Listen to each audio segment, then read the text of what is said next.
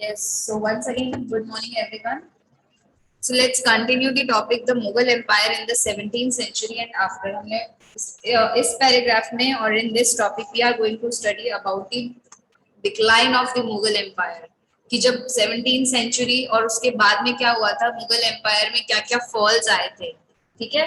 तो हमें जो भी रूलर्स हमने पढ़े थे, उसके बाद औरंगजेब के बाद जो लेटर रूलर्स आए थे, उसके बाद क्या हुआ था मुगल एम्पायर में, हमें पूरा ये जो है इंटरप्रिटेशन, जो हमें सारी चीजें इसमें पता लगेगी कि एट लास्ट में जाके धीरे धीरे मुगल एम्पायर के साथ क्या क्या हुआ था। सो नो डाउट हमने पढ़ा था कि वहां पे जो एडमिनिस्ट्रेटिव और जो मिलिट्री एफिशिएंसी है वो काफी अच्छी चल रही थी, है ना। हमने पढ़ा था कि अकबर के टाइमिंग में एडमिनिस्ट्रेशन पॉलिसीज बहुत अच्छी थी, प्लस मिलिट्री का एफिशिएंसी, मिलिट्री भी काफी अच्छे से मैनेज हो रहा था, बहुत अच्छे से चल रहा था। इस वजह से क्या हुआ था, जो जो मुगल एम्पायर है वो बहुत अच्छे से प्रोस्पायर हो रहा था, बढ़ रहा था बहुत आगे अच्छे से, इकोनॉमिकली भी और कमर्शियली भी बहुत अच्छे से। क्या है, वहां पे प्रॉस्पेरिटी आ रही थी, एकदम खुशी का माहौल था, बहुत अच्छे से सारा एम्पायर जो है चल रहा था, ठीक है। बट ये तो आप देखोगे कि ये एक साइड की बात है, ठीक है, क्योंकि अब वहां पे बहुत सारी चीजें ऐसी भी हुई थी, ठीक है, जो इंटरनेशनल ट्रैवलर्स जब वहां पे पहुंचे थे उन्होंने कुछ डिस्क्राइब किया था। हमें तो क्या था, जो अच्छी अच्छी चीजें थी वो देखने को मिली, या हमें जो सोर्सेस थे उसमें मैंने आपको बताया था कि मोस्ट ऑफ द टाइम क्या होता था, जो रूलर्स जो किंग के अकॉर्डिंग होता था वही बताया जाता था। और भी बहुत सारी चीजें, वहां के जो पीपल्स वगैरह थे उनका क्या हाल होता था, वो सब भी चीजें वहां पे थी, ठीक है। तो अब international traveller describe it as the fabled land of wealth, ठीक है। इन्होंने क्या बोला था कि यहाँ पे जो है मुगल एम्पायर में बहुत पैसा था, ठीक है, बहुत सारे पैसे, मतलब बहुत सारे लोग जो थे रिच भी थे, और कुछ जो है कुछ गरीब लोग भी थे, ठीक है। बट हमें ऐसा कुछ जानने को भी मिला नहीं है, ठीक है। तो ये यहाँ पे हमें बहुत सारे जो इंटरनेशनल ट्रेवलर्स आके बता के गए, डिस्क्राइब करके गए कि इस ये जो एरिया है, ठीक है, इसमें जो है नो डाउट मुगल एम्पायर के पास बहुत सारे रुपए थे, ठीक है। बट और भी क्या चीजें थी, और भी बहुत कुछ चीजों के बारे में उन्होंने हमें बताया। But these same visitors were also appalled at the state of poverty that existed side by the side with the greatest opulence. अब वो क्या कह रहा है कि ये जो लोग थे, ठीक है, अपेल्ड मींस हॉरिफाइड, यानी कि उन्होंने सिर्फ क्या देखा कि और भी बहुत सारी चीजें थी, सिर्फ अच्छी अच्छी चीजें नहीं थी। पूरा जो मुगल एम्पायर था वो जरूरी नहीं है कि सब लोग वहां पे बहुत खुशी खुशी और बहुत ही रिच होके रह रहे थे, उसमें कुछ साइड ऐसा भी था जहाँ पे लोग जो है प्रॉब्लमैटिक भी, मतलब जहाँ पे लोगों को प्रॉब्लम भी आ रही थी, ठीक है। तो ये सब देख के भी वो हॉरिफाइड देखी कि यहाँ पे जो है पॉवर्टी भी कहीं ना कहीं साइड बाय साइड चल रही थी, ठीक है। द इनइक्वालिटीज वर ग्लेयरिंग, जो इनइक्वालिटीज थी between rich and the poor, जैसे जो मनसबदार में भी जो लेवल्स होते हैं, तो उनके बीच में कुछ कुछ इनइक्वालिटीज भी चल रही थी। Documents from the 20th year of Shahjahan reign inform us that the highest ranking mansabdar were only 445 in number। अभी ये बता रहा है कि इनइक्वालिटीज भी हो रही थी। अब एक उनको एक डॉक्यूमेंट मिला है जिसमें से ये पता चल रहा है कि शाहजहां के रीजन में जो मनसबदार थे, हमने पढ़ा था मनसबदार सिस्टम जागीरदार सिस्टम है ना, उसमें जो मनसबदार थे उसमें से सिर्फ कुछ मेंबर्स थे जो हाईएस्ट रैंक पे थे। आउट ऑफ 8000 जो थे उसमें से 445 जो थे सिर्फ कितने हाईएस्ट रैंकिंग पे थे, ठीक है। तो वो कहीं ना कहीं उनका ये कहना है कि मे भी हो सकता है वो इनइक्वालिटी की वजह से हो, क्योंकि रियलिटी हमने अभी तक जितनी भी पढ़ी हमने देखा कि मुगल एम्पायर बहुत अच्छे से चल रहा था, बस कुछ कुछ टाइम पीरियड में वो औरंगजेब के टाइम पीरियड में कुछ खराब हो गया था। बट उसमें पहले भी कहीं ना कहीं पोवर्टी वाली और बाकी चीजें इनइक्वालिटी वाली चीजें भी चल रही थी, ठीक है, बहुत स्टार्टिंग से ही चल रही थी।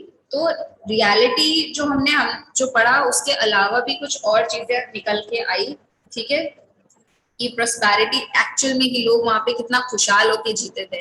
तो ये चीजें हमें किससे पता चली, आउटसाइडर से पता चली, जिन्होंने जो मुगल एम्पायर को ऑब्जर्व किया।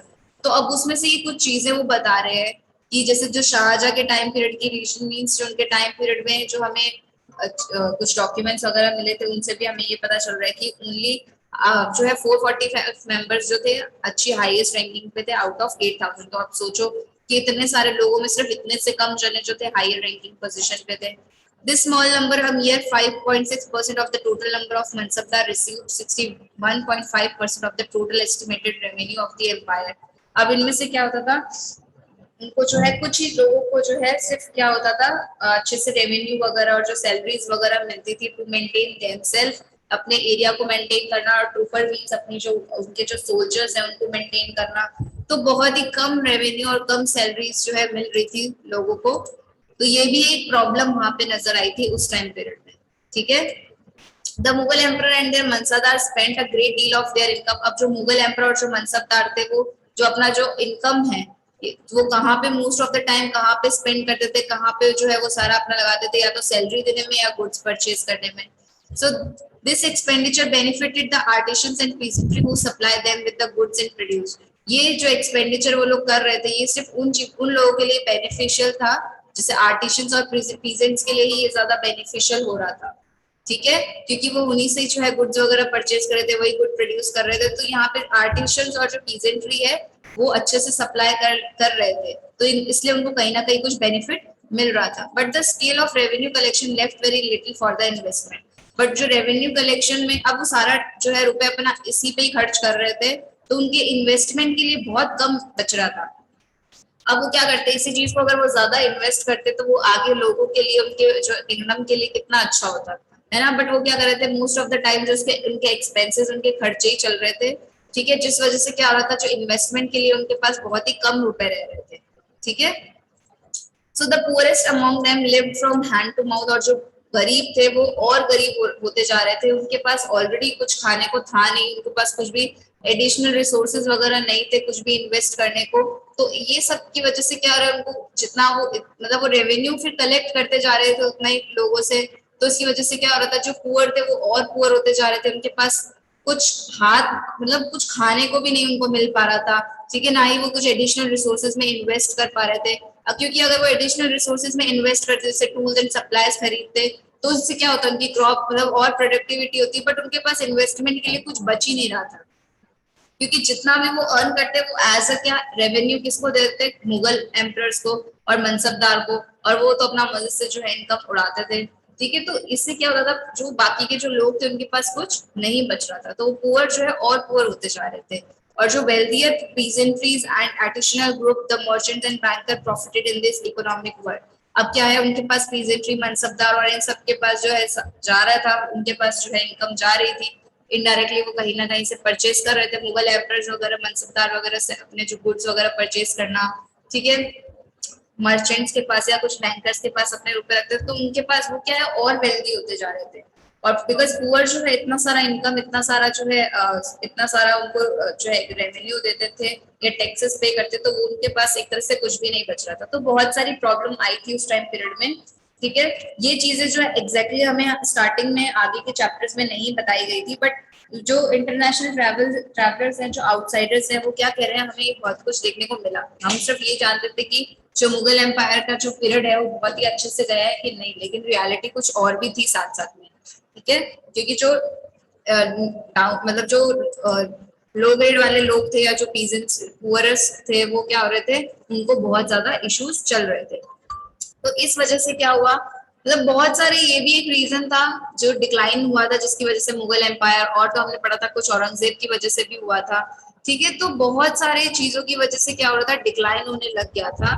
ठीक है, और कुछ कुछ मेंबर्स ऐसे थे, जैसे जो मनसबदार वगैरह जो थे, उनके पास कुछ कुछ पावर और वेल्थ आने लग गई थी, तो वो क्या अपने आप को जो है बाकी किंग से भी अलग ही समझने लग गए थे, उनसे जो है ऊंचा समझने लग गए थे। तो अब जैसे हमने पढ़ा था कि एक एरिया है मुगल एम्पायर के अंडर में, उसने क्या किया, बहुत सारे मनसबदार अपॉइंट किए, छोटे छोटे रीजन या छोटे छोटे एरियाज उनको दे दिए।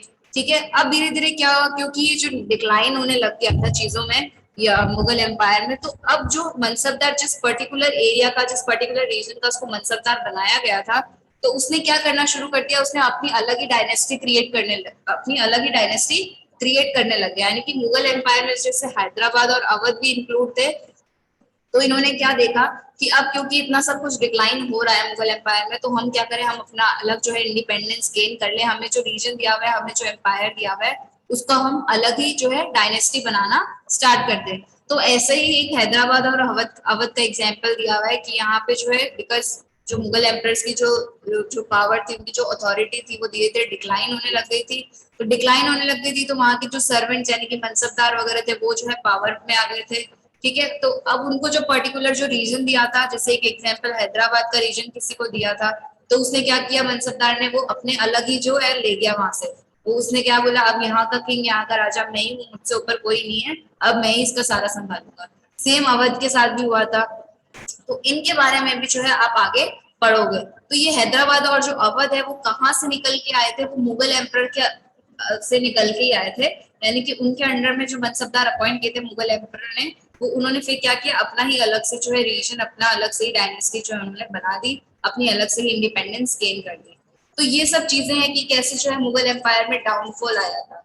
तो बहुत सारे रीजंस थे 17th सेंचुरी के बाद। तो ऑलमोस्ट जो है मुगल एम्पायर, एडमिनिस्ट्रेशन अच्छा था, कुछ टाइम तक वो चला भी, मैंने आपको बताया था इतना अच्छा एडमिनिस्ट्रेशन जो है अकबर सेटअप करके गए थे, तो वो कुछ टाइम तक चला, ठीक है, वो 150 साल चला जरूर, बट उसके बाद क्या हुआ कि जैसे जैसे मुगल एम्पायर की जो है पावर में डिक्लाइन होने लग गया, तो या डाउनफॉल आने लग गया मुगल एम्पायर में, उसके बाद क्या किया, वहां के जो मनसबदार थे या वहां के जो सर्वेंट्स कह लो, उन्होंने अपनी अलग अलग जो इंडिपेंडेंस गेन कर ली, अपनी अलग अलग डायनेस्टी उन्होंने बनाना शुरू कर दी। तो ये हैदराबाद और अवध का भी एग्जाम्पल दिया है कि ये भी, इसमें जो है कोई दो जने थे, हैदराबाद में जो, हैदराबाद और अवध में कोई मुगल एम्परर के दो सर्वेंट थे जिनको अपॉइंट किया गया था उस पर्टिकुलर रीजन को ध्यान रखने को, बट धीरे धीरे उनको जैसे पता चला कि डिक्लाइन हो रहा है, डाउनफॉल हो रहा है, तो उन्होंने, उन लोगों ने क्या किया, अपनी अलग अलग डायनेस्टी क्रिएट कर दी, मतलब वो हैदराबाद और अवध को जो है उन्होंने अलग से अपना कंट्रोल जमा दिया और वो वहां के किंग बन गए। ठीक है, so this is all about the downfall और in the 17th century and after की 17th सेंचुरी में क्या हुआ था, उसके बाद क्या क्या चीजें हुई थी। ठीक है, तो यहाँ से अलग अलग डायनेस्टी क्रिएट होने लग गई थी। Okay, so this is all about in this chapter की मुगल एम्पायर कैसे स्टार्ट हुआ और कैसे जो है वो डिक्लाइन हुआ। तो यहाँ पे ये चैप्टर हमारा फिनिश होता है। ठीक है।